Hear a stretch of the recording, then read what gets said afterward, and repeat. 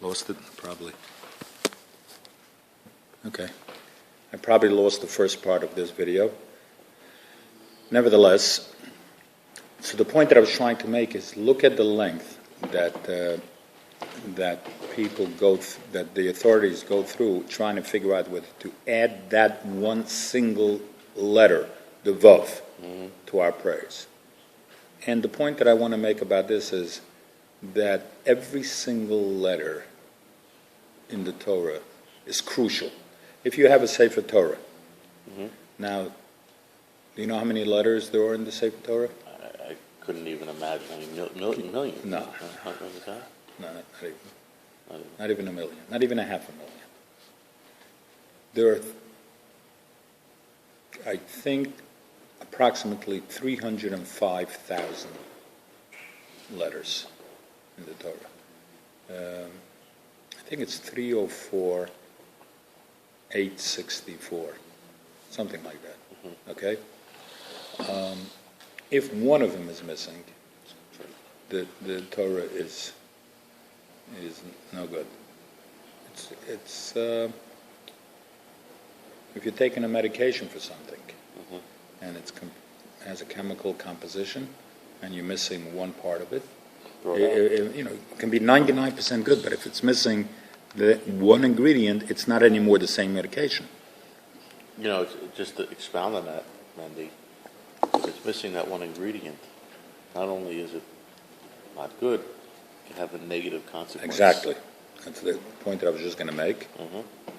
That the same with the Torah. If it's missing one, it's not. Every letter in the Torah is accounted for. There are so many things that we have that we can learn from the Torah because it inserted certain letters or deleted certain letters. Everything is done with a plan.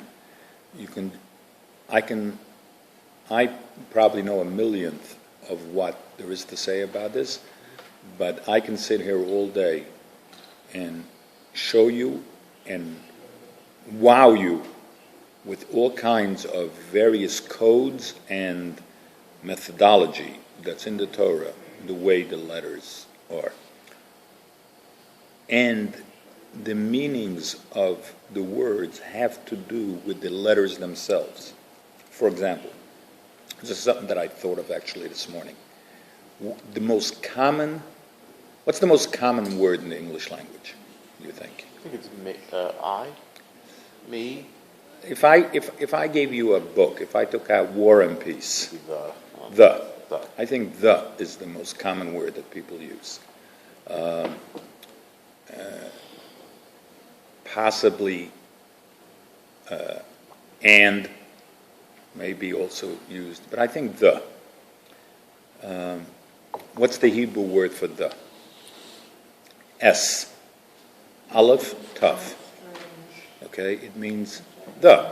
So whatever we're talking about in the Torah, do this and bring this and the.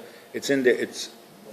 Isn't that amazing that letter, which is the most commonly used word, the most commonly used word in the Torah, is spelled Aleph, Tav. That means it's the first letter of the Torah, of our alphabet, and the last one. Interesting. All encompassing. So the most common word encompasses our entire Torah, in effect, because it goes from the gamut from Aleph to Tav. I just thought of that, and it wowed you. It wowed me because if you take a look at the English language, which obviously was not divinely inspired, the corresponding word means nothing. You can sit here all day and you won't come up with some kind of a cute thing for the word the. Like what is it? It's nothing. The. Most people can't even pronounce it. Most of the times I pronounce it the. So anyway, every word is accounted for. Okay, so let's actually go to some of the halachas. I don't know. Do you have the time? What time is it up there? Oh, it's 10 of 8. 10 no, of 8. it's Okay. 54.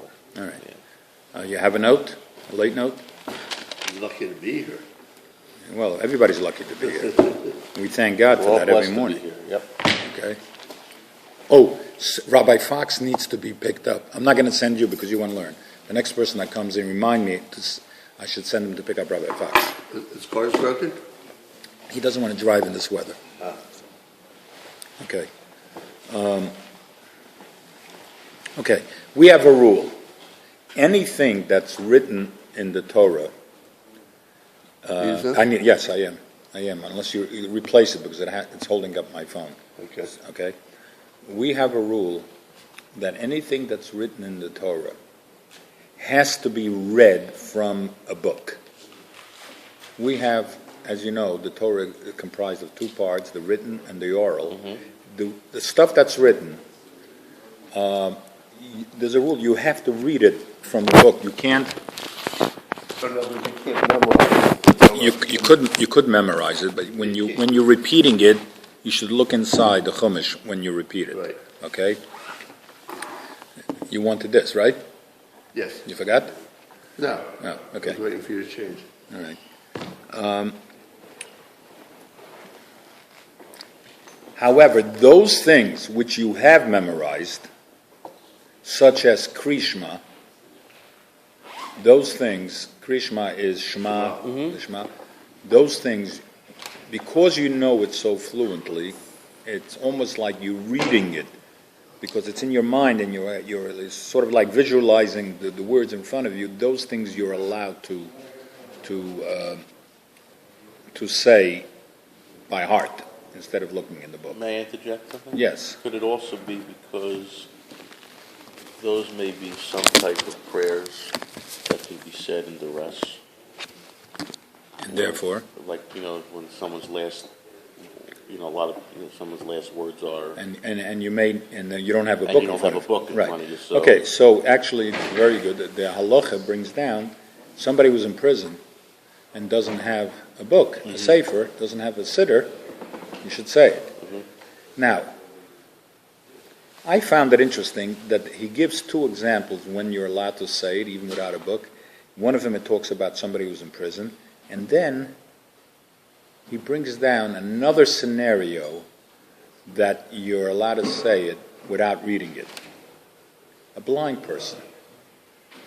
And to me, it's almost superfluous. Well, of course, But then I caught myself, maybe it's talking about that you don't have to use Braille.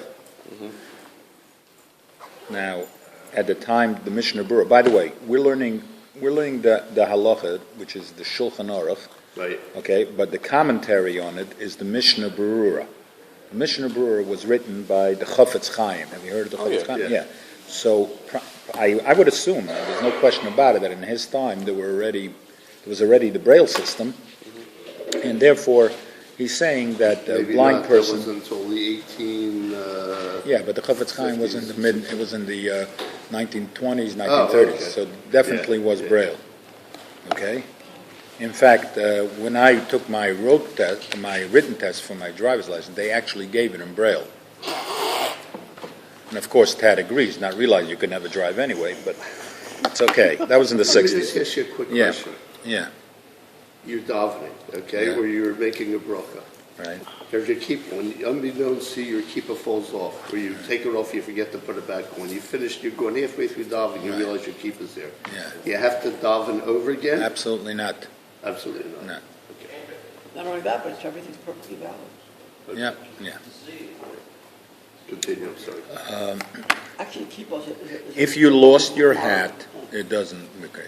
If you lose your head, talk to me. Talk to me later. Yeah. Also, if somebody, an exception to the rule would be if somebody's like a Rabbi Fox, if he would be giving, I got to find somebody to pick up.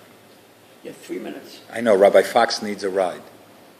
He's arrived. He needs to be picked up. I drove him last night. I wish I would. Yeah. Well, he just called. Who's coming in? Anybody? Anybody? No, nobody local. Nobody local. I see. Okay. Okay.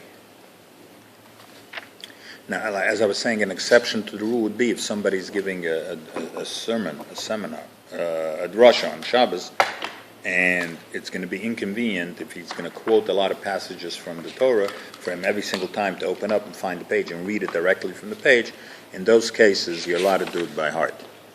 Now, okay, so for the next week or so, we're going to talk about the order of the davening. So we already spoke about when you come into shul, you say the brachas, and the actual davening itself begins with Baruch She'amar.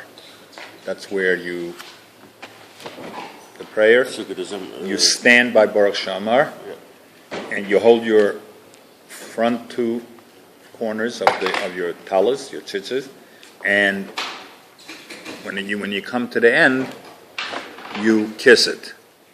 Now,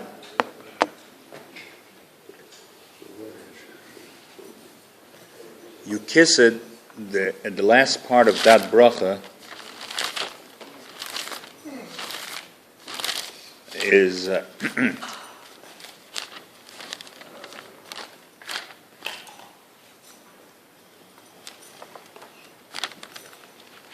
actually in the middle of the bracha, there's the word buffet. What time is it? It is 8 o'clock. Elliot, you need to pick up Rabbi Fox. He just called. Can you? Okay. You can take my car. Amen. Amen. Okay, so we'll finish this tomorrow. It's in the back.